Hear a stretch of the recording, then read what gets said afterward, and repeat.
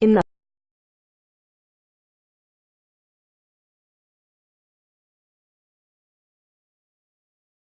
Hobart Test Series of 2016-17, FAF du Plessis received 3 demerit points and lost 100% of his match fee for ball tampering. His crime: he applied saliva to the ball, as all cricketers do, while he was chewing on a mint, arguably artificially manipulating its condition. At the time, du Plessis appealed, arguing that all cricketers would do the same, a point on which most would agree. Still, by the letter of ICC law, he had committed a Level 2 offense. While there is little sympathy for his plight given he had previously been caught rubbing the ball on the zipper of his trousers against Pakistan in 2013, Steve Smith must go after scandal that has torched Australia's reputation. Jason Gillespie read more. At the time, Australian vice-captain David Warner was du Plessis' harshest critic, making a point of trumpeting the integrous nature of Australian cricket by comparison.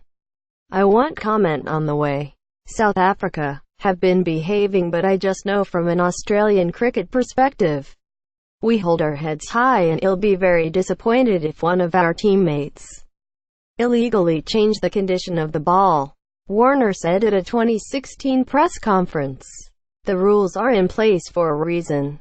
If you're not going to use them, then why bother having them? Why bother?" Indeed, on Monday, Vic Marks argued that modern sportsmen are regularly headbutting the line to seek an advantage in their chosen endeavor, and as such, there is a degree of 21st century hysteria about the public outcry to this saga. On the contrary, however, the reaction is one commensurate with Australia's history of asserting its moral ascendancy when it comes to its integrity in sport, a position now untenably hypocritical. As Shane Warne said wisely on Sunday, there is a difference between using saliva to shine a ball, mint or no mint, and premeditating the use of sticky tape, with granules attached from the pitch, to damage the condition of the ball so as to force the umpires to replace it. The former is a tactic employed by all teams, the latter one reserved for blatant cheating. That Warner was up in arms over du Plessis' more minor charges telling. Australia has never shied away from questioning the honour of its rivals, using each opportunity to shore up its own unquestionably commendable character by comparison. As another pertinent example, in 2014, Warner was fined 15% of his match fee for accusing South Africa of ball tampering, even when there was no explicit evidence as such. Nonetheless, he appeared on Sky Sports Radio to question the character of his opponents. "We, the team, were actually questioning whether or not AB de Villiers would get the ball in his hand and with his glove wipe the rough side every ball," he mused. South Africa thrash Australia to pile on pain for tourists after scandal. Read more. The Australian men's cricket team's self-righteousness, however, extends beyond just these most obviously hypocritical responses to their opponents' perceived cheating. On this most recent, and particularly ugly tour of South Africa, the Australians have repeatedly cried foul at their opponents' intimidation tactics, with CA Chief Executive James Sutherland calling them offensive and inappropriate. But the Australians were arguably reaping what they had sowed, having previously asked for microphones to be turned down between balls because of their own intention to ruthlessly sledge. With Warner outraged over Quinton de Kock's alleged slight on his wife, Candice, he responded with physical aggression, as if he, the truly aggrieved party, was entitled to machismo under the circumstances. All the while, they maintained the line of respectability in the face of the purportedly cross lines of their opposition, while English fans reminded them that Darren Lehmann had once said of Stuart Broad, "I just hope the Australian public give it to him right from the word go. And I hope he cries and goes home." The image of the Australians as champions against misogyny admittedly didn't wash too well.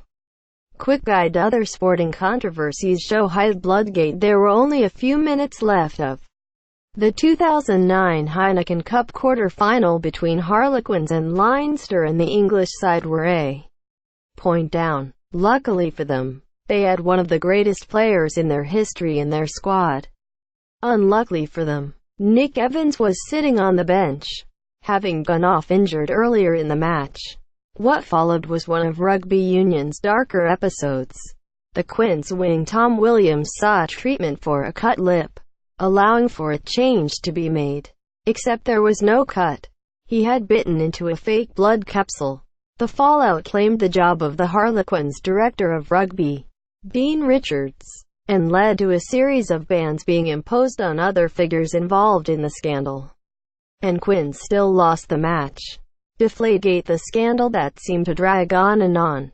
The New England Patriots were found to have been inflating balls to less than the minimum pressure required by the rules.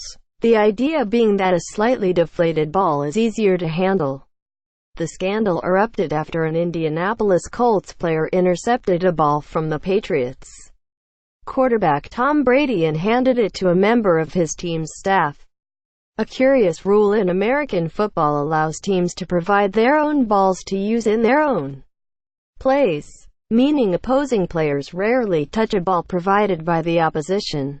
Brady ended up being fined and banned for 4 matches in a bitter row with the NFL that lasted about 18 months and ended up in a U.S. courtroom. Crashgate. In the 2008 Singapore Grand Prix, the then Renault driver, Nelson Piquet, alleged that senior team staff asked him to crash in order to force the deployment of a safety car and help his teammate Fernando Alonso to gain track position. Alonso had started the race 15th on the grid, and the inevitable slowing of the competition and the likelihood that other drivers would use the time to make a pit stop meant he could move up. Piquet said he was under significant pressure at the time and was unsure whether or not he was going to be kept on by Renault beyond the end of the season. The team's managing director, Flavio Briatore, who had asked Piquet to crash, left his job and was later effectively banned from the sport for life. Though Renault were allowed to continue in Formula One before Sunday, this kind of routine, while certainly not endearing the team to outsiders, or even insiders, had been allowed to continue relatively unchecked because Australia had never been seen to cross the line of illegality. Most certainly, Australia's national sides of years gone by have cultivated a reputation for winning ugly, but not in its recent past, nor history has it sunk this low.